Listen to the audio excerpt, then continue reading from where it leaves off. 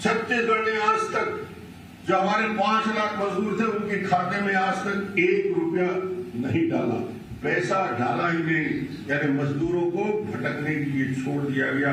और आज हमारे यहाँ ये हालत है।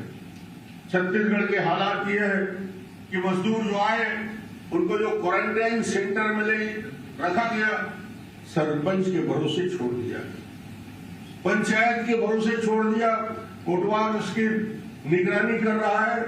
और ये हालत हो रहा है कि हिंदुस्तान में शायद किसी राज्य में हुआ होगा कि क्वारंटाइन सेंटर में मौत हो रही है, लोग फांसी लगा के मर रहे हैं, 2 लोगों को सांप के काटने से मौत हो गई, 12 लोगों की मौत हो गई है। क्वारंटाइन सेंटर नहीं है, वो यातना गृह के रूप में बदल गया है। क्वारंटाइन सेंटर की हालत, न वहां खाने की अच्छी व्यवस्था, न उनके लिए रुकने की व्यवस्था, उनकी न कोई व्यवस्था की गई है, वो अपने घर से खाना बनवा के खाने के लिए मजबूर हो गए हैं। ये हालत आज इस स्थिति में पहुंची है। इनके लिए आज जो मैं बोल रहा था, इन्होंने कसम खाए, बड़े बड़े कसम खाए। 2 साल का बोनस किसानों को देने की बात हुई थी, 2 साल का बोनस आज तक ये कांग्रेस की सरकार भूल गई है कि उन्हें बोनस भी देना था। 2 साल का बोनस नहीं दिया गया है। 2500 में धान खरीदी की बात हुई थी, आज तक 1800 रुपए के बाद एक किस्त दिया गया है। न जाने कितने 6 महीने साल भर के बाद ये 2500 रुपए का मिलेगा। एक दाना धान खरीदने के बाद कहने वाले भूपेश बघेल ने किसानों के दाना दाना धान खरीदने के लिए तरसा दिया। किसान को ये हालत हुई, किसान को लगने लगा कि उसने धान यदि पैदा कर लिया है तो उसने अपराध कर लिया, अपराध की स्थिति बनी है। और इस पूरे प्रदेश की हालत, जिस प्रकार की आज स्थिति बनी है, इनके मैंने हिसाब पूछा, आज तक विपक्ष को विश्वास में नहीं लिया। मैंने कहा कितना खर्चा किया गया है। इनके पास पैसे की कमी नहीं है, पैसे का हिसाब इनके पास कमी नहीं है, क्योंकि केंद्र सरकार ने जो इनको अनुमति दी थी उस अनुमति के आधार पर इनके पास पर्याप्त पैसे हैं। जो पैसे इनको डीएमएफ में मिलते, 600 करोड़ रुपया डीएमएफ में इनको प्राप्त हुआ था।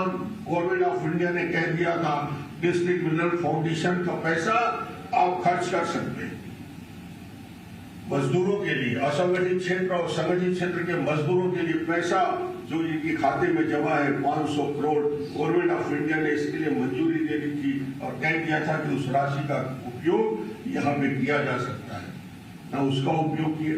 600 से 700 करोड़ रुपया इनको जो मिला अलग अलग योजनाओं में मिला, उन योजनाओं में जो आपदा प्रबंधन का फंड है, उस आपदा प्रबंधन के लिए जो पैसा मिला उसमें भी उसका उपयोग करना था। ये करीब 1800 करोड़ रुपया इनके पास जमा होने के बाद भी एक भी क्वारंटाइन सेंटर को सरकार ने कोई मदद नहीं किया, ना निःशुल्क मास्क बांटे। ये हालत है मेडिकल कॉलेज की। यदि एम्स जैसा इंस्टीट्यूट, मैं धन्यवाद देना चाहूंगा अटल बिहारी वाजपेयी जी को, मैं धन्यवाद देना चाहूंगा सुषमा जी को कि छत्तीसगढ़ में एम्स की स्थापना कर दी। आज सारे मरीजों का टेस्ट और जांच यदि हो रहा है तो ऑल इंडिया मेडिकल इंस्टीट्यूट में हो रहा है। यदि ये संस्थान नहीं होता तो छत्तीसगढ़ सरकार की हालत ये है कि यहाँ पे वेटिंग चल रहा है। यदि मरीज और उसका जांच हो रहा है, उसके सिम्टम्स आ गए हैं, उसको जांच करना है तो 12 दिन 15 दिन बाद उसकी रिपोर्ट आती है। 12 दिन तक ना जाने कितने लोगों को कोरोना से प्रभावित कर देता है।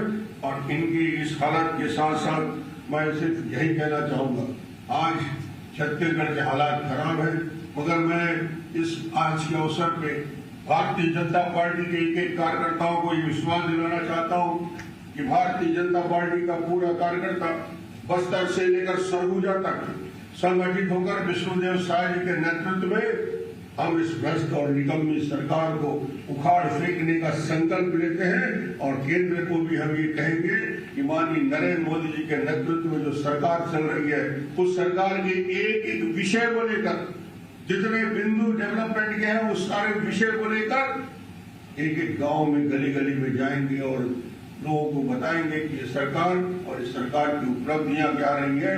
आज के इस अवसर पे मैं सभी कार्यकर्ताओं को जो लाखों की संख्या में जुड़े उनको मैं धन्यवाद दूंगा और विशेष रूप से शिवराज जी को बहुत बहुत धन्यवाद दूंगा। मध्य प्रदेश के साथी बहुत सारे मेरे दिख रहे हैं, उनको भी धन्यवाद दूंगा। वर्चुअल रैली में आप उपस्थित हुए, बहुत बहुत धन्यवाद।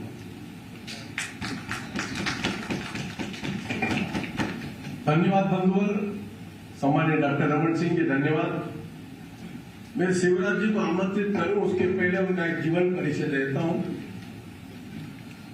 माननीय शिवराज सिंह जी चौहान बचपन से ही राष्ट्रीय स्वयंसेवक संघ के कार्यकर्ता के रूप में काम करते रहे। मध्य प्रदेश में विद्यार्थी परिषद जब पूरा छत्तीसगढ़ मध्य प्रदेश हुआ करता था तो विद्यार्थी परिषद के रूप में प्रदेश मंत्री के लेकर के लगातार या छत्तीसगढ़ का वनांचल क्षेत्र हो, सरगुजा हो, बस्तर हो, अंबिकापुर हो, लगातार इन क्षेत्रों में उनका प्रवास होता रहा। रायपुर उनका मुख्यालय कई बार रहा है।